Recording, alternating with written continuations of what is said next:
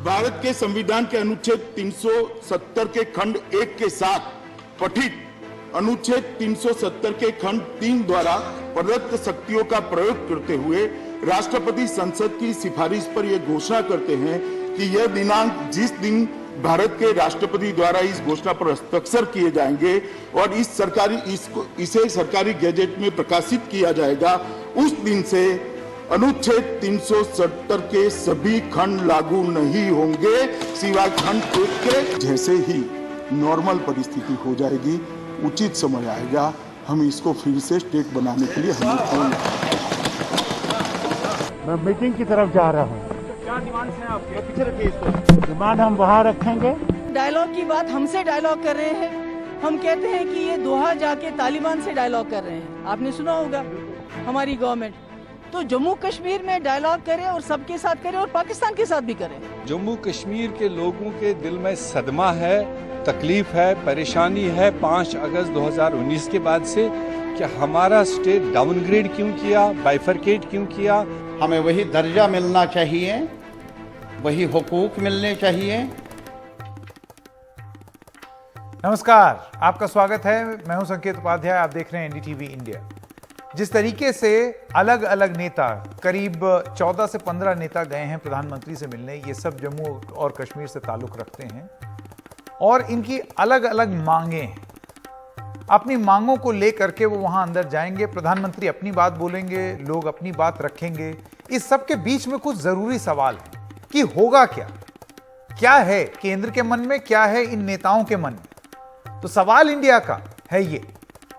सवाल नंबर 1, क्या 370 पर अड़ेगी गुपकार से जुड़ी पार्टियां कि भाई ये 370 जो है आप वापस बहाल करें, जो आपने हटाया 5 अगस्त 2019 को। सवाल नंबर 2, क्या जम्मू कश्मीर को पूर्ण राज्य का दर्जा देने पर बात होगी यहां पर? इसका वादा सरकार खुद ही कर चुकी है सदन के पटल पर और अलग अलग माध्यम से प्रधानमंत्री भी ये चीज बोल चुके हैं। तो क्या वो होगा और क्या 5 अगस्त आने ही वाला है 2021 इसी दिन हो जाएगा? तीसरा सवाल, क्या कश्मीर में जमहूरियत के लिए चुनाव कराए जाएंगे?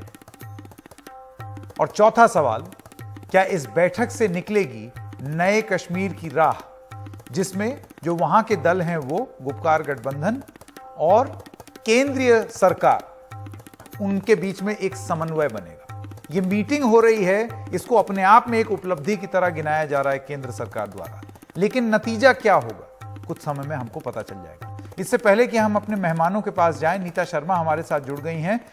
नीता, आपका बहुत बहुत स्वागत। मैं सबसे पहले आपसे ये जानना चाहता हूं कि ये मीटिंग कब शुरू हुई, कितने लोग हैं अंदर, अंदर जाते वक्त क्या क्या बोला नेताओं ने?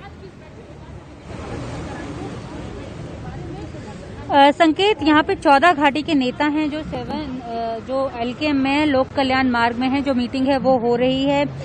तस्वीरें जो हैं वो मीडिया प्रधानमंत्री कार्यालय की तरफ से रिलीज की गई हैं, जिसमें देखा जा सकता है कि प्रधानमंत्री साहब किस तरह फारूक अब्दुल्ला साहब को नमस्कार कह रहे हैं। बाकी नेता लोग भी वहां पर खड़े हुए हैं। उमर अब्दुल्ला हैं, बहुत सारे नेता हैं, फॉर्मर जो चीफ मिनिस्टर्स हैं, जो डिप्टी चीफ मिनिस्टर्स हैं और जो वहां के नुमाइंदे हैं जो घाटी में इंपॉर्टेंस रखते हैं, वो यहाँ पर आए हैं। यहाँ पर जरूरी ये समझना है कि आखिर ये बैठक आज के समय में क्यों हो रही है। डोमेस्टिक कंपल्शंस हैं, इंटरनेशनल कंपल्शंस हैं। डोमेस्टिक कंपल्शंस ये हैं कि घाटी में पिछले 2 साल से भारत सरकार, केंद्रीय गृह मंत्रालय, नेशनल सिक्योरिटी एडवाइजर ये कोशिश कर रहे थे कि वहाँ पे जो लोकल लीडर्स की जो क्रॉप है वो खड़ी की जा सके। वहाँ पे डीडीसी के चुनाव करवाए गए ताकि जो नई धारा के नेता हैं वो खड़े किए जा सके और वहाँ के लोगों को बताया जा सके कि ये लोग आपको रिप्रेजेंट करते हैं, ये लोग जमीन से जुड़े हुए हैं, ये ग्राउंड से निकले हुए लोग हैं। लेकिन ऐसा हो ना सका। दोबारा से उन्हीं लोगों के पास भारत सरकार को जाना पड़ा जिन्हें वो डिमोनाइज कर चुकी थी 2 साल पहले 2019 में, जब वहां पे धारा 370 हटाई गई थी। इनमें से सभी नेताओं को जो है कैद में रखा गया था। पब्लिक सेफ्टी एक्ट के तहत उन्हें बंद किया गया था। जो कई नेता कई साल जो है वो बंद रहे। जो आखिरी जो रिलीज हुए हैं वो अभी पिछले शुक्रवार जो महबूबा मुफ्ती के अंकल हैं उन्हें रिलीज किया गया है। डोमेस्टिक कंपल्शन ये थी, इंटरनेशनल कंपल्शन ये थी कि जो अफगानिस्तान में हो रहा है वो हमें समझने की जरूरत है कि अफगानिस्तान से जिस तरह से यूएस पुल आउट कर रहा है, तो सिक्योरिटी एजेंसीज में काफी खलबली है इस बात को लेकर। साथ में सबसे बड़ी बात यह है कि प्रधानमंत्री आने वाले दिनों में, आने वाले महीनों में खुद यूनाइटेड स्टेट्स जाएंगे। हमें यहाँ पर यह भी याद कराना सबको जरूरी है कि ह्यूमन राइट्स ऑर्गेनाइजेशंस इंटरनेशनल बहुत क्रिटिसाइज कर रही थी भारत को कि उन्होंने पिछले 2 साल में कश्मीर घाटी में क्या किया। खुद यूनिलैटरली सब डिसीजंस ले लिए गए, वहाँ पे इंटरनेट सस्पेंड किया गया, काफी रिस्ट्रिक्शंस इम्पोज की गई। कोविड के बावजूद वहाँ पे काफी रिस्ट्रिक्शंस थी। सुप्रीम कोर्ट को इंटरवीन करना पड़ा, जो उसके बाद 4G की बहाली हुई, जिसे यूएस सरकार ने भी एक वेलकम स्टेप बताया। तो जियोपॉलिटिकली जो है वो काफी हालात चेंज हुए हैं। यही वजह है कि भारत सरकार को चाइना में जो लाइन ऑफ एक्चुअल कंट्रोल है, जो वहां पर हो रहा है, गलवान वैली में जो कुछ हो रहा है, ये सभी ऐसे मुद्दे हैं जिनको भारत सरकार को मजबूर किया गया कि इन लोगों को टॉकिंग टेबल पर लेकर आए, क्योंकि भारत ये नहीं बर्दाश्त कर सकता कि दोनों बॉर्डर्स उसके जो हैं वो वॉलेटाइल हों, एक तरफ पाकिस्तान और एक तरफ चाइना। संकेत? बिल्कुल नीता, और इसमें एक और बड़ी बात यह है कि जैसे कि आपने बोला कि केंद्र कुछ करते हुए दिखना चाहती है, लेकिन इसमें एक मुख्य बिंदु ये होगा कि ये समन्वय कहां जाकर के बनेगा और किस बात पर। क्या एक राज्य का दर्जा मिल जाने से समन्वय बन सकता है, या ये जो गुपकार गठबंधन के लोग हैं उन्होंने बहुत मुखर होकर के ये चीज़ नहीं बोली है, लेकिन क्या आपको लगता है कि वो हावी रहेंगे अपने मुख्य जो उनकी एक डिमांड थी कि आप राज्य को वो जो उसको सवाल है स्टेटस मिला था 370 का एजेंडा पर वो बहाल रहे तुले हुए हैं। इनका कहना है कि जो गुपकार अलायंस है उन्होंने स्पेशल स्टेटस की, रिस्टोरेशन की मांग की है, स्टेटहुड की मांग की है, लेकिन हमको यहाँ पर यह भी समझने की जरूरत है कि bargaining power of these leaders जो है वो काफी डाउनग्रेड हुई है पिछले 2 साल में। पहले जहाँ ये लोग अपना अलग एक राज्य मांगते थे, अब ये लोग स्टेटहुड मांग रहे हैं, तो बार्गेनिंग चिप्स इनके काफी डाउन हुए हैं। जहां तक स्टेटहुड का सवाल है, खुद केंद्रीय गृह मंत्री ने on the floor of the house बोला है कि वो स्टेटहुड को रिस्टोर करेंगे, लेकिन यहाँ पे डीलिमिटेशन भी बहुत एक बड़ा इशू है, क्योंकि हमने देखा है कि जो पुरानी मीटिंग्स हुई हैं जिसमें डीलिमिटेशन कमीशन में जो पॉलिटिकल पार्टीज है वो रिप्रेजेंट करती हैं, उनमें कोई भी पॉलिटिकल पार्टी नेशनल कॉन्फ्रेंस की तरफ से भी कोई नुमाइंदे जा नहीं रहे थे। तो ऐसे में अगर डीलिमिटेशन कमीशन अपनी तरफ से एक रिपोर्ट बना ले तो उसे चैलेंज किया जा सकता है। तो ऐसे में भारत सरकार की तरफ से पूरी कोशिश की जा रही थी कि इन लोगों को मतलब बोला जाए कि आप लोग डीलिमिटेशन कमीशन के आगे जो रिप्रेजेंटेशन है वो अपनी रखें। तो हर एक तरफ से जो एक पार्टिसिपेशन की बात है, ये एक प्लेटफॉर्म दिया गया है कि आप अपनी बात आकर कहिए। 2 साल से आप लोग अपने आप में बात कर रहे थे, आप केंद्र सरकार के साथ आकर आप अपनी बात कहिए। देखना यह होगा कि अब बातचीत का दौर जो है वो कितना लंबा चलेगा और क्या क्या नेगोशिएशन टेबल पर सामने होगा, क्योंकि केंद्र सरकार की तरफ से कोई एजेंडा जो है वो तय नहीं किया गया था। संकेत? बिल्कुल नीता शर्मा, इस तमाम जानकारी के लिए आपका बहुत बहुत धन्यवाद। ये मीटिंग कितना लंबा चलेगी और कौन क्या बोलेगा और क्या नतीजा और हल निकलेगा, एक दिन में आना तो थोड़ा संभव नहीं है, लेकिन समन्वय बन सकता है या नहीं, ये एक सवाल रहेगा। आपका बहुत बहुत धन्यवाद।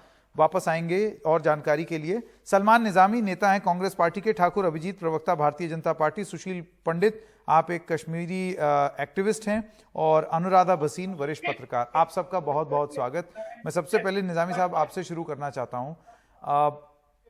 सरकार ने एक पहल की है, सरकार एक पहल करती दिख रही है, केंद्र सरकार मेरा कहना है, और ये सारे नेता उस पहल के चलते दिल्ली आए भी हैं अपनी बात रखने के लिए। ये पहल हो जाना, इसको आप उपलब्धि मानेंगे? जी, मैं यही कहूंगा, बेटर लेट देन नेवर। मैं तो इसको वेलकम करता हूं, क्योंकि ये बात जो है हम पहले दिन से कह रहे आ रहे हैं। जब 370 हटा उसके बाद कई डिबेट्स मैंने आपके साथ भी किए, और हम यही कह रहे थे कि ये जो मेन स्ट्रीम लीडर्स हैं कश्मीर के, ये आपके अपने लोग हैं। इनकी पार्टी के कई वर्कर ऐसे जिन्होंने देश के लिए शहादत दी है, 20,000 से ज्यादा ऐसे वर्कर हैं। आप अभी भी देखते हैं हाल ही में 2 सालों में कितने पॉलिटिकल एक्टिविस्ट जो है वो शहीद हो रहे हैं कश्मीर में। और सबसे बड़ी बात है कि आर्टिकल 370 हटने के बाद जम्मू कश्मीर में अचीव क्या किया बीजेपी ने। मिलिटेंसी जो है वो अभी भी है।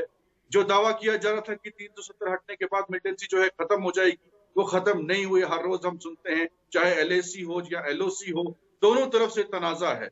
वहां चाइना अंदर घुसा हुआ है, पीछे हटने का नाम नहीं ले रहा। यहाँ पाकिस्तान हर रोज कोई ना कोई कोशिश कश्मीर में कर रहा है आतंकवादी हमला करवाने की। और दूसरी बात यह है कि न नौकरियां मिली, न रोजगार मिला, न कोई पैकेज मिला, और आप उन्हीं नेताओं के साथ आज बातचीत करने के लिए राजी हो गए, तैयार हो गए, जिन नेताओं को आप बोलते थे कि ये एंटी नेशनल है।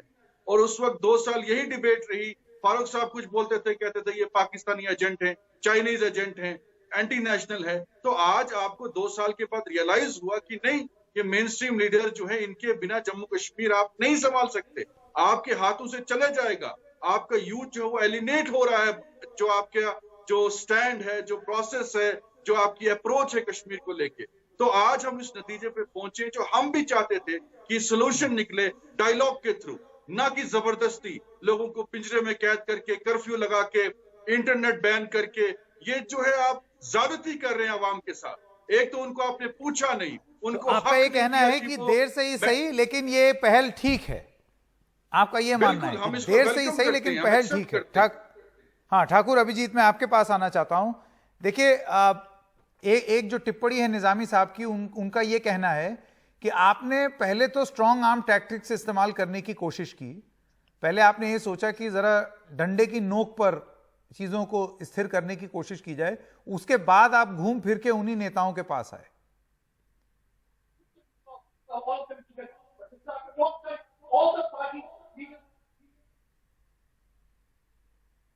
ठाकुर साहब के पास वापस जाएंगे, मेरे ख्याल से उनको ऑडियो नहीं आ रही है, ठाकुर अभिजीत को, हम वापस आएंगे उनके पास। सुशील पंडित, अच्छा आप सुन सकते हैं? हाँ, मैं आपसे पूछना चाहता हूं, आप मुझे ये बताइए कि जैसे अभी निजामी साहब का ये कहना था कि ये चीज आप पहले ही कर सकते थे, समन्वय बनाने का प्रयास आप पहले ही कर लेते, ऐसा तो नहीं है कि नेता आपसे बात नहीं करना चाहते थे? क्योंकि देखिए, वो तो न्योता आया और वो दिल्ली चले आए बात करने। समझने की जरूरत है कि सबसे पहले अगर आप इतिहास में जाएं तो देखें किस तरह से यहाँ पर जब जबरदस्ती 370 इम्पोज किया गया था और एक अनपार्लियामेंट्री तरीके से इम्पोज किया गया था, और पिछले 5-6 दशक से जम्मू कश्मीर के लोग हैं इस 370 की वजह से यहाँ सफर कर रहे थे। 5 अगस्त 2019 का एक ऐतिहासिक दिन था जिससे हमारे को इस 370 से निजात मिल गई। उसके बाद थोड़ा सा प्रोसेस जो है उसको फिर से पटरी पे लाते हुए थोड़ा समय जरूर लगा, और अब एक अनुकूल जो वातावरण है वो तैयार हो चुका है। तो मुझे लगता है, क्योंकि भारतीय जनता पार्टी का अगर आप मेन स्लोगन देखें तो हमारा ये है सबका साथ, सबका विकास और सबका विश्वास। अब वो समय आ चुका था कि सभी को एक टेबल पर लाया जाए, ताकि जो इतने सालों से खून खराबा कश्मीर में हो रहा है उससे हम लोग आगे आए, क्योंकि अब तो कश्मीर के लोग, आम लोग भी तंग आ चुके हैं सब चीजों से। एक नए कश्मीर की जिसकी हमने सबसे लोगों से वादा किया था वो तो होगा ही होगा। ऑन द फ्लोर हमारे माननीय गृह मंत्री जी ने कहा कि स्टेटहुड भी वापस होगा। इसी तरह से डिलिमिटेशन की एक्सरसाइज भी की जा रही है ताकि जम्मू कश्मीर दोनों हिस्सों के साथ बराबर का इंसाफ किया जा सके। तो मुझे लगता है एक बहुत ही अच्छी स्थिति है इस समय, और हमारे माननीय नरेंद्र मोदी जी ने इस समय प्रधानमंत्री का और एक स्टेट्समैन का ज्यादा रोल निभाया है, सभी को बुलाकर सबके साथ बातचीत कर ताकि आए हम एक नया जम्मू कश्मीर बनाए। यहाँ के लोगों ने इतना सफर किया है, चले आगे बढ़ते हैं, हम थोड़ा भूलते हैं पुरानी सब बातें, किसकी गलतियां थी किसकी नहीं थी हम उसमें मैं जाना नहीं चाहूंगा, उसमें तो पूरा दिन लग जाएगा, लेकिन अब कहीं ना कहीं से शुरुआत तो करनी है हमें। तो मुझे लगता है एक बहुत ही महत्वपूर्ण रहेगी ये बैठक, और सभी लोग पॉजिटिव फ्रेम ऑफ माइंड से वहां पर पहुंचे। Let us keep our finger crossed के क्या होता है, फ्रेम ऑफ माइंड में तो एक चीज होगी, देखिए किस तरीके से आप एक्सपेक्टेशन मैनेजमेंट करेंगे, किस तरीके से आप लोगों की जो उम्मीदें हैं उनको मैनेज करेंगे, ये एक सबसे बड़ी बात होगी। ये कहना कि सब लोग एक टेबल पर आ गए और सब लोग जो हैं वो समन्वय बनाने की कोशिश कर रहे हैं खुले मन से, किसका मन कितना खुला है वो इस मीटिंग के बाद पता चलेगा। सुशील पंडित, मैं आपके पास आना चाहता हूं, आपको क्या लगता है कि इस बातचीत के क्या दायरे होने चाहिए जिसके तहत ये बातचीत हो? क्योंकि ऐसा तो है नहीं, मैं एक चीज एकदम दावे के साथ कह सकता हूं कि केंद्र सरकार के पास अगर ऐसा कोई प्रस्ताव आया कि आप 370 वापस बहाल कर दीजिए तो वो उसके लिए नहीं मानेंगे। ऐसे में फिर इस बातचीत का क्या होगा? ये सवाल सभी पूछ रहे हैं। जो लोग शर्तें गिनाने लगे न्योता मिलने के बाद और आनाकानी करने लगे, सोच विचार करने लगे जाएं कि नहीं जाएं, और फिर सार्वजनिक रूप से अपमानित करने लगे कि साहब पाकिस्तान से बात कीजिए, सिर्फ हम ही से बात मत कीजिए, या हम ऐसा करवाएंगे और वैसा करवाएंगे, ये बातचीत के माहौल के लिए ठीक नहीं है। बातचीत अगर करनी ही थी तो उससे पहले आपको जमीन तैयार करनी चाहिए थी। आपको पहले बताना चाहिए था कि हम अगर बातचीत करेंगे तो आप आएंगे क्या, आएंगे तो इन विषयों पर बातचीत करेंगे क्या? आपने बातचीत की घोषणा कर दी और उसके बाद हफ्ते भर से तमाशा हो रहा है, कोई कुछ कह रहा है, कोई कुछ कह रहा है। इस तरह राजनैतिक विमर्श और खासकर संवेदनशील विषयों पर नहीं होता है। यह देश के और प्रधानमंत्री के कार्यालय की सम्मान की भी बात है। आप उसके लिए जमीन तैयार करें, आप मुद्दे आइडेंटिफाई करें, कौन कौन शामिल होगा, किस तरह बातचीत होगी। जब यह सब पहले से तय हो जाए फिर उसकी सार्वजनिक घोषणा की जाती है। इस तरह आपने प्रधानमंत्री कार्यालय और प्रधानमंत्री के आमंत्रण का भी सम्मान नहीं रखा। और जो लोग कल तक कटघरे में खड़े थे, जो कश्मीर को रसातल में मिलाने और इस बर्बादी के कगार तक घसीटने के दोषी बताए गए संसद में, जहां कहा गया कि इन्होंने कश्मीर में पैसों का गबन किया है, सरकार द्वारा, केंद्र सरकार द्वारा भेजी गई राशि खा गए हैं, जिहाद के साथ आंख मिचौली खेली है, ऐसे लोगों को फिर आप लाल कालीन बिछा करके आमंत्रित कर रहे हैं और वो आपको सरेआम शर्तें गिना रहे हैं, हड़का रहे हैं कि जाइए पाकिस्तान से भी बात कीजिए। जो लोग कहते थे कि आप ये बताइए कि एक केंद्र सरकार, एक सेकंड सुशील जी, एक केंद्र सरकार, ऐसा तो है नहीं, ठीक है अभी माहौल है या नहीं है, ये सब चीजें तो राजनीतिक रूप से तय होती हैं, लेकिन ऐसा थोड़ी है कि हमने कभी पाकिस्तान से बात नहीं की या केंद्र ने कभी भी कोई डायलॉग नहीं किया पाकिस्तान के साथ। हाँ, आतंकवाद और बातचीत दोनों साथ साथ नहीं चल सकते, ये एक रणनीति केंद्र की हम जानते हैं, लेकिन महबूबा मुफ्ती का यह कहना कि आप तथाकथित रूप से तालिबान से बात कर सकते हैं, तो फिर आप अपने पड़ोसी से भी बात कीजिए। संकेत जी, बातचीत का संदर्भ होता है। आज आप कश्मीर के अंदरूनी हालात, वहां का लोकतंत्र, वहां की रिप्रेजेंटेटिव डेमोक्रेसी पर बात करने चले हैं और ये पाकिस्तान का हवाला देते हैं, तो कितनी शर्मनाक बात है। आज हम पाकिस्तान के साथ बॉर्डर डिस्प्यूट की बात करने के लिए इनको बुलाया है या कश्मीर के हालात ठीक करने के लिए बुलाया है? ठीक है, कल को इनसे कहेंगे कि साहब ऐसा है, हम डिलिमिटेशन के ऊपर बात करना चाहते हैं, हम स्टेटहुड के ऊपर बात करना चाहते हैं, कहेंगे जाइए पाकिस्तान से बात कीजिए। ठीक है, वो मैं आपकी बात समझ गया। किस विषय पर बात होगी? अनुराधा भसीन जी, आप इस मीटिंग को किस तरीके से देखती हैं? देखिए, मीटिंग जो है वो खास एक वजह से हुई है। कैन यू हियर मी?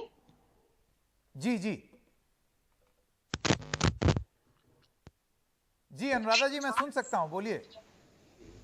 जो पिछले 2 साल से जो हालात पैदा हुए हैं जम्मू कश्मीर में, वो उसकी वजह से ये सब आज की हाल में ये देखना पड़ रहा है कि सेंटर से हैंडल नहीं हो पा रहा है जम्मू कश्मीर।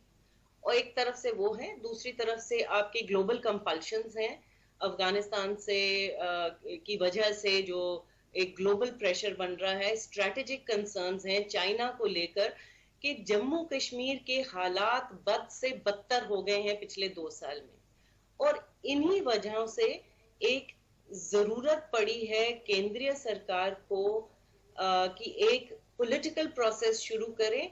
और लेकिन जब ये हम शुरू कर रहे हैं, ये सोचना जरूरी है कि और एक्नॉलेज करना जरूरी है कि वो जो 2 साल में जो कुछ हुआ वो फेलियर था, वो कहाँ गलत था, क्यों गलत था, एक इसकी एक्नॉलेजमेंट की भी जरूरत है और इसकी असेसमेंट की भी जरूरत है, इसकी इंट्रोस्पेक्शन की जरूरत है।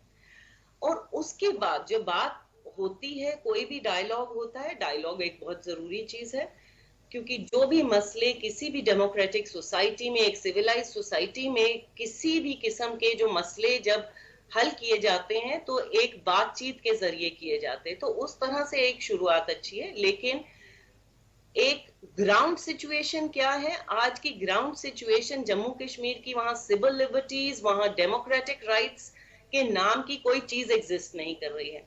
तो डायलॉग का एक पहला रिक्वायरमेंट होता है कि आप एक कंडीशन जो है वो कंड्यूसिव एक एटमॉस्फेयर क्रिएट करें, सिर्फ 14 लीडर्स के लिए नहीं, वहां की पूरी आबादी के लिए। उस किस्म के कोई कदम नहीं लिए गए हैं। एक और दूसरी चीज है कि जो भी डायलॉग होता है, जब भी शुरू होता है, इमीडिएटली आप मुद्दों पे नहीं आते हैं, कोई प्रिलिमिनरी डिस्कशंस होती हैं, और प्रिलिमिनरी डिस्कशंस आर बेस्ट जब एक ओपननेस रखी जाए। और मुझे लगता है आज की मीटिंग ये काफी एक लंबा टाइम चलेगा, डायलॉग का दौर, और चलना चाहिए, क्योंकि dialogues are never quick and easy. बिल्कुल, हाँ, मतलब ये उम्मीद रखना कि आज शाम को सब लोग निकलेंगे एक कोई नतीजा लेकर के, ये अपने आप में थोड़ी सी मूर्खता भरी बात होगी, क्योंकि इस तरीके से फैसले नहीं होते हैं। ये मीटिंग होते होते भी 2 साल हो गए। मैं निजामी जी आपके पास आना चाहता हूं। अभी आपने सुना सुशील पंडित का क्या कहना था कि ये जो जिस किस्म की तर्क रख दी गए हैं या बातें रख दी गई हैं, ये घोड़े के आगे काट रखने जैसा है। देखिए, मैं सुशील पंडित जी को पूछना चाहता हूं, क्योंकि वो कश्मीरी पंडित कम्युनिटी से आते हैं। इनको पूछिए कि 6 सालों में भाजपा सरकार ने जो वादा किया था जम्मू कश्मीर में कश्मीरी पंडित को वापस बसाने का, तो उसका क्या हुआ? मैं सिर्फ यहाँ जम्मू कश्मीर की आवाम की बात कर रहा हूं। उसमें कश्मीरी पंडित भी हैं, कश्मीरी मुसलमान भी हैं, जम्मू के डोगरे भी हैं, क्रिश्चियन भी हैं, सिख भी हैं। यहाँ बात डिवीजन की नहीं हो रही है, यहाँ बात जम्मू कश्मीर की बात हो रही है। अगर नौकरियां मिलेगी वो किसी पर्टिकुलर कम्युनिटी को नहीं मिलेंगी। जम्मू कश्मीर में जो हालात पैदा हुए हैं, आप मुझे बताइए कितने कश्मीरी पंडितों को आपने पैकेज दिलवाया 6 सालों में? कितने कश्मीरी पंडितों को आपने नौकरियां दिलवाई? आज सफर सब कर रहे हैं, चाहे जम्मू का डोगरा हो या कश्मीरी हो, हिंदू हो या मुसलमान हो। और बात यह है, एक बात मैं कहना चाहता हूं कि बात आपने की बातचीत की, क्या अटल बिहारी वाजपेयी जी पाकिस्तान नहीं गए थे? आप तालिबान से बात कर रहे हैं कतर में बैठ के, आप पाकिस्तान के प्राइम मिनिस्टर को उनके बर्थडे पे ग्रीट कर रहे हैं लव लेटर लिख के। तो अगर यहाँ जम्मू कश्मीर के लोग कहते हैं चलिए हमें पाकिस्तान से कोई लेना देना नहीं, हिंदुस्तान की सरकार का जो फैसला था वो ये था कि हम 370 इस बुनियाद पे दे रहे हैं कि हमें नौकरियां और जमीन जो है वो हमारी रहे। यही भाजपा सरकार के मुख्यमंत्री मध्य प्रदेश के शिवराज सिंह चौहान पिछले महीने उन्होंने कहा कि मध्य प्रदेश के वासियों की नौकरियां जो है वो सिर्फ मध्य प्रदेश में ही मिलेंगी, और हिमाचल हो, बाकी राज्य हो, जमीन कोई बाहर का व्यक्ति वहां नहीं खरीद सकता है। आप 1 नेशन 1 लॉ की जब बात करते हैं तो जम्मू कश्मीर के साथ डिस्क्रिमिनेशन क्यों? फिर आप वहां से भी हटा दीजिए, वहां से भी ये लॉ एक्ट जो है हटा दीजिए, कि नौकरियों का एक्ट जो है हटा दीजिए। आप मध्य प्रदेश में एक बात करते हैं, जम्मू कश्मीर में एक बात करते हैं, लेकिन ऐसा नहीं चलेगा। 2 साल में आप फेल हो गए, जैसे अनुराधा भसीन साहिबा ने कहा कि आप जो है फेल हो गए जम्मू कश्मीर को हैंडल करने के लिए। उन लोगों को जिनको आप देशद्रोही कहते थे, बात आज उनके साथ आपके लिए केंद्रित थी, इस वजह से आपका राइट टू रिप्लाई। पंडित जी ने आज रेड कारपेट वेलकम दिया जा अच्छा, अब वो जवाब तो दे दें। बीजेपी का फेलियर है। निजामी जी 1 सेकंड। हाँ, सुशील पंडित। वो एक कहावत है संकेत जी हिंदी में, छाछ तो छाछ, छलनी भी इतराए जिसमें 100 छेद। हमें यही दिन सुनना बाकी रह गया था, जिस पार्टी और सरकार की हुकूमत में हमें कश्मीर से बाहर निकलना पड़ा, वो ये उलाहना दे कि इस पार्टी ने आपके लिए क्या किया है। अरे आपने हमें कहां का छोड़ा, आपने हमारी क्या हालत की। आज आपके मुंह को ये शोभा देता है कि आप ये सवाल पूछें। आपने तो हमारी कोई दुर्गति कसर नहीं छोड़ी। बात सुन लीजिए, मैं चुप था जब आप बोल रहे थे। 2 साल में आप बताइए कितने जब आप बड़बड़ा रहे थे तब मैं चुप था। अब आप थोड़ा मुंह बंद कर रहे हैं, कान खोल कर सुनिए जो मैं कह रहा हूं। करते हैं उनका। एक सेकंड, सुशील पंडित जी और निजामी जी, मैं यहाँ पर आना चाहता हूँ। देखिए, एक एक करके हम इस किस्म की बहस कतई नहीं कर पाएंगे जिसमें लोग एक दूसरे के ऊपर बोलते रहें, क्योंकि उसमें बात समझ में नहीं आती। मैं जानता हूं ऐसा प्रचलन बहुत है, लेकिन हम नहीं कर पाते। हम इस लायक ही नहीं है कि हम ये कर पाए। एक एक करके आप अपनी बात बोलें ताकि दर्शक भी सुन सकें। तो दिक्कत यहां पर यह है कि आज वो सब लोग जो कटघरे में खड़े थे इतरा रहे हैं, खुश हो रहे हैं कि बहुत बढ़िया किया है, इस सरकार ने अपनी नाकामी कबूल ली है, अपनी असफलता पर खुद मोहर लगा ली है। ये अपमानजनक स्थिति सरकार ने अपने लिए पैदा की है, इसको थूक कर चाटना कहते हैं। और ये अपमान उन्होंने बहुत मेहनत से कमाया है। 2 कदम आगे, 3 कदम पीछे, 4 कदम दाएं, ये सरकार के सलाहकारों ने उस कगार पर लाकर खड़ा कर दिया है नेतृत्व को। किसी भी बात का हल बातचीत से ही निकलेगा, तो उस लिहाज से देखा जाए तो ये एक स्वर्णिम पहल है कि नहीं? बातचीत आगे और भी होनी चाहिए। किसके साथ? आप उन लोगों के साथ बात करेंगे जिनको आप कल तक गुनहगार बता रहे थे कश्मीर का। आप उन लोगों के साथ बात करेंगे जो कह रहे थे कि चीन से 370 लेंगे। आप उन लोगों के साथ बात करेंगे जो कह रहे थे कि नहीं, पाकिस्तान के बातचीत के अलावा क्या हल हो? ठीक है, देखिए ऐसा है, राजनीति में तमाम किस्म के बयान दिए जाते हैं, उसका क्या इंपैक्ट होता है समाज में, मैं उसमें भी नहीं जा रहा हूं, लेकिन हल तो बातचीत से ही निकलेगा। जहां तक सवाल है, देश के गौरव और सम्मान का जहां तक सवाल है, वो मर्यादा है। अगर वो मर्यादा पार होती है, और आपने अपने मुंह से कहा साहब, इन नेतृत्व ने संसद में खड़े होकर के कहा कि इन लोगों ने कश्मीर को बर्बादी के कगार तक पहुंचाया है। आज आप इनको बुला बुला कर कह रहे हैं हमें बताइए कश्मीर को कैसे संभालना है। मतलब आप विरोधाभास की पराकाष्ठा देखिए। नेतृत्व के साथ आप कुछ भी बोलते रहिए, लेकिन आज आप इससे ज्यादा नहीं कह सकते, अपने को कटघरे में खड़ा कर सकते थे, इससे ज्यादा अपने ऊपर तोहमत नहीं लगा सकते थे कि आपके सारे प्रतिद्वंदी आज बाँछें खिली हुई हैं, मुस्कुरा रहे हैं, ताली बजा के कह रहे हैं कि वाह, आपने आज अपनी हार स्वीकार की, आपको हमें बुलाना पड़ा, आपकी मजबूरी है क्योंकि कश्मीर आपसे संभल नहीं रहा है, अपने किए हुए फैसलों पर पछताइए। ये आज नसीहतें आपको सुनने को मिल रही हैं इन लोगों से। इन्हें शुक्रगुजार होना चाहिए था कि चलिए आपने इन अधमरे लोगों को ऑक्सीजन दी है, लेजिटिमेसी दी है। कल तक जो हाशिए पर खड़े थे, इस उधेड़बुन में थे संकेत के चुनाव लड़े कि नहीं लड़े, इस उधेड़बुन में थे कि 370 के ऊपर मुंह खोले कि नहीं खोले। यहां तक कि शाह महमूद कुरैशी ने पिछले महीने कहा कि 370 भारत का अंदरूनी मामला है, पाकिस्तान को कुछ लेना देना नहीं। बात से ऐसे लग रहा है कि वो हर किसी को कटघरे में खड़ा कर रहे हैं। उनका ये कहना है ये मीटिंग ने एक तरीके से ऑक्सीजन दे दी है गुपकार गठबंधन के लोगों को। ठाकुर अभिजीत, देखें इसमें ऐसा है कि ये सब चीजें हर एक की अपनी परसेप्शन हो सकती है, कोई भी इसको किसी एंगल से देख सकता है, लेकिन मैं बात करूंगा ग्राउंड रियलिटी की। सबसे पहले अगर ये बोलते हैं पिछले 2 सालों में यहाँ सिचुएशन नहीं सुधरी, तो इनको कम से कम आंकड़ा निकाल के देख लेना चाहिए, पत्थरबाजी के इंसिडेंट्स कितने कम हो गए, नया रिक्रूट अब कितना ही गन उठा रहा है, ये सब कुछ इनके साथ पास आकर हम जहां से इनको पता चल जाएगा। तो जब मेरी बात करने दीजिए, यहाँ से इनको पता चल जाएगा कि सिचुएशन जो है वो नॉर्मलिटी की तरफ जा रही है। रही बात जहां तक इन्होंने बात की कि सबको क्यों इंक्लूड किया गया, देखिए बात तो करना पड़ेगी सबके साथ, ऐसा नहीं है कि बात नहीं करें, लेकिन बात करके हम क्या कर रहे हैं। हमने ऑन द फ्लोर एक बात कही थी कि रेस्टोरेशन की जाएगी स्टेट की, हमने बात की थी कि यहाँ पर जो डेमोक्रेटिक प्रोसेस है फिर से बहाल किया जाएगा, यहाँ फिर से चुनाव होगी, डिलिमिटेशन होगी, यही तो बातें होने जा रही हैं। हमने इसमें कौन सा अपनी चीज पे यू टर्न मार दिया जिससे किसी को खफा होने की जरूरत है। और रही बात, एक बात सुशील पंडित ने बड़ी अच्छी कही, वो ये कही कि जो लोग यहाँ पर रिस्पॉन्सिबल रहे हैं, 87 का सब जानते हैं कि क्या हुआ यहाँ पर, क्या नहीं हुआ, किस तरह की यहाँ पर डेमोक्रेसी थी, जब जीते हुए को हराया और हराए हुए को जिताया, क्या एमयूएफ को भूल गए। तो नेशनल कॉन्फ्रेंस इससे पहले कि कोई पाठ पढ़ा इन चीजों के ऊपर, कम से कम अपना गिरेबान इन्हें झांक के देख लेना चाहिए कि ये जो सिचुएशन यहाँ खराब हुई है पिछले 3-4 दशकों से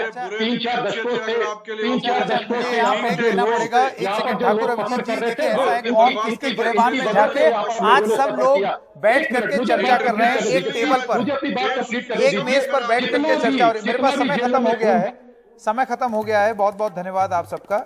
चर्चा हो रही है, माना यह जा रहा है ये चर्चा बहुत पहले ही हो जानी चाहिए थी, क्योंकि समाधान बातचीत से ही निकलता है। अगर आप डेमोक्रेसी में विश्वास रखते हैं तो बातचीत से ही निकलता है। उस लिहाज से क्या आप लोग इसको एक स्वर्णिम पहल या एक पहल, स्वर्णिम छोड़ दीजिए, पहल मानेंगे या नहीं? एक छोटे से ब्रेक के लिए रुक रहे हैं, अभी हाजिर हो।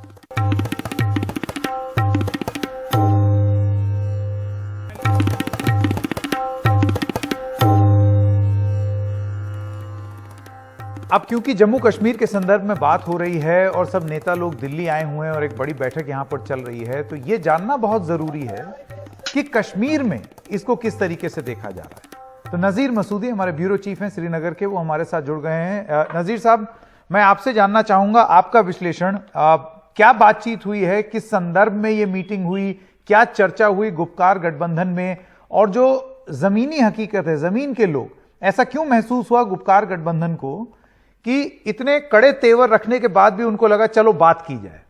तो बात होना ये एक अच्छी पहल है, लेकिन उसके पीछे की पृष्ठभूमि क्या है? संकेत, दरअसल जो गुपकार अलायंस है या गठबंधन, वो कहते हैं ये उनकी एक कामयाबी है। उन्होंने किसी बात पे कंप्रोमाइज नहीं किया है। जो बात वो 4 अगस्त 2019 को बताते थे, आज भी वही बात उनके पास है और वही एजेंडा लेके वो प्रधानमंत्री की ऑल पार्टी मीटिंग में बात कर रहे हैं वो ये है कि जो जम्मू कश्मीर की 4 अगस्त 2019 की पोजीशन थी उसकी बहाली होनी चाहिए। वो इत्तेफाक नहीं करते हैं कि जो 5 अगस्त को फैसला लिया गया। उनका ये मानना है कि जम्मू कश्मीर रियासत की जो हैसियत थी, हैयत थी, शक्ल थी 4 अगस्त को वो बहाल होनी चाहिए। लद्दाख को भी इस रियासत का हिस्सा बनना चाहिए और जम्मू कश्मीर की जो संविधान में खुसूसी हैसियत थी उसको बहाल किया जाना चाहिए। उनका ये भी कहना है कि एक बड़ी पॉजिटिव चीज है जो प्रधानमंत्री ने ऑल पार्टी मीटिंग बुलाई, इसमें कोई रेड लाइन नहीं है। किसी ने उनको ये नहीं बताया कि आपको ये बात नहीं करनी है या वो बात नहीं कर रही है, इसलिए वो वही एजेंडा लेके वो बात कर रहे हैं जो उनके पास है और वो देखेंगे प्रधानमंत्री के पास क्या कहने को है। और ये पहली दफा है जब प्रधानमंत्री ने अपने ही लिए गए किसी फैसले पे उसके मुखालिफों को उस मीटिंग में बुलाया है और यहाँ के जो पॉलिटिकल लीडर्स हैं वो अपने लिए एक बड़ी कामयाबी मानते हैं। फिर देखते हैं आज मीटिंग में क्या रहा। पहला जो पिक्चर हम देख रहे हैं ग्रुप फोटो है प्रधानमंत्री ने इन लीडरों के साथ उठाया। ये अपने आप में एक बड़ा महत्वपूर्ण एक बड़ी मैसेज है। ये वही लीडर है जिन्हें महीनों तक जेलों में रखा गया, जिन घरों पे महाफिज थे, महाफिज पहरेदार बन गए, जिन दरवाजे खोल रहे थे पहरेदार उन दरवाजे बंद किए गए, पब्लिक सेफ्टी एक्ट लगाया गया, हजारों लोग जेलों में रहे। दुनिया का लंबा तरीन इंटरनेट शटडाउन कश्मीर को देखने पड़ा। 555 दिन के बाद यहाँ 4G नेटवर्क खोल दिया गया। यो हजारों हमने देखा, आपने भी यहाँ संकेत उन दिनों थे कि कर्फ्यू कितना सख्त यहाँ था, हजारों की तादाद में सुरक्षा फोर्स को यहाँ तैनात किया गया। ये सब कुछ के बावजूद 22 महीने के बाद केंद्र सरकार उन्हीं लीडरों को ऑल पार्टी मीटिंग के लिए बुला रहे थे जिन पे ये आरोप था कि ये बड़े करप्ट हैं, ये कश्मीर में जो तबाही हुई है उसके जिम्मेदार है। अलगावाद कभी नहीं पनपता, इन्हीं की वजह से पनपता है। क्या मजबूरियां रही या क्या जरूरतें रही पिछले, अब अचानक प्रधानमंत्री ने इनको इस ऑल पार्टी में मीटिंग में बुलाया गया। कई अटकलें लगाई जाती हैं क्योंकि एजेंडा इस मीटिंग में नहीं था। पहली अटकल ये थी शायद डिलिमिटेशन पे थी, लेकिन जब आप जो कानून के जानकार है उनसे बात करेंगे तो वो कहेंगे डिलिमिटेशन एक्सरसाइज जो होती है वो एक डिलिमिटेशन कमीशन करता है जो एक कॉन्स्टिट्यूशनल, स्टैच्यूटरी और इंडिपेंडेंट इदारा है और पॉलिटिकल एग्जीक्यूटिव उसमें कोई मुदाखलत नहीं कर सकता है और पॉलिटिकल पार्टीज को कोई हक नहीं बनता वो इसमें मुदाखलत करें या चर्चा करें, क्योंकि इसका जो चेयरमैन होता है सुप्रीम कोर्ट का एक फॉर्मर जज होता है, इसके 2 मेंबर होते हैं, एक तो या chief election commissioner of India होता है या इलेक्शन कमिश्नर होता है और स्टेट इलेक्शन कमिश्नर इसका मेंबर होता है। उसके बाद जो उस इलाके में जहां डिलिमिटेशन होती है उसके एमपी, सिटिंग एमपीज होती है, उनकी पार्टी की मुनासिबत से नहीं बल्कि जो सिटिंग मेंबर पार्लियामेंट होते हैं। और जम्मू कश्मीर में 5 सिटिंग पार्लियामेंट मेंबर है जिनमें 2 बीजेपी के हैं और 3 नेशनल कॉन्फ्रेंस के हैं। नेशनल कॉन्फ्रेंस के मेंबरों ने यह फैसला किया था अभी तक कि वो इस डिलिमिटेशन कमीशन में शामिल नहीं होंगे, इसकी प्रोसीडिंग्स में शामिल नहीं होंगे, क्योंकि इनका यह कहना है कि यह केस सुप्रीम कोर्ट के सामने है और उन्होंने यह भी कहा कि अगर चेयरमैन डिलिमिटेशन कमीशन उनके कंसर्न को एड्रेस करेगा तो वो इसमें जा सकते हैं, प्रोसीडिंग्स में हिस्सा ले सकते हैं। लेकिन उनकी जो रिकमेंडेशंस है वो कमीशन पे बाइंडिंग नहीं है। ये कॉन्स्टिट्यूशन कहता है जो डिलिमिटेशन का जो लॉज हैं उसके साथ जो भी फैसला डिलिमिटेशन कमीशन लेगा उसको किसी कोर्ट में भी चैलेंज नहीं किया जा सकता है। कॉन्स्टिट्यूशन और स्टैच्यूटरी लॉज इसको बार करते हैं किसी कोर्ट में इसको चैलेंज करने के लिए। तो क्या डिलिमिटेशन हो जाएगी? डिलिमिटेशन की प्रोसेस शुरू हो चुकी है।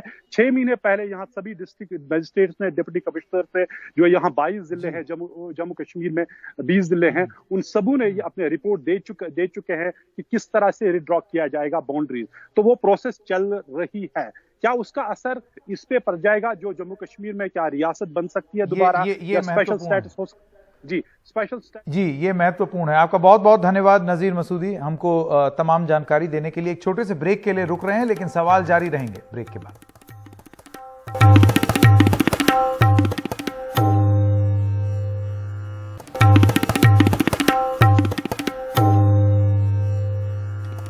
जल्दी से नीता शर्मा के पास वापस चलते हैं। मीटिंग चल रही है। नीता, कोई अपडेट?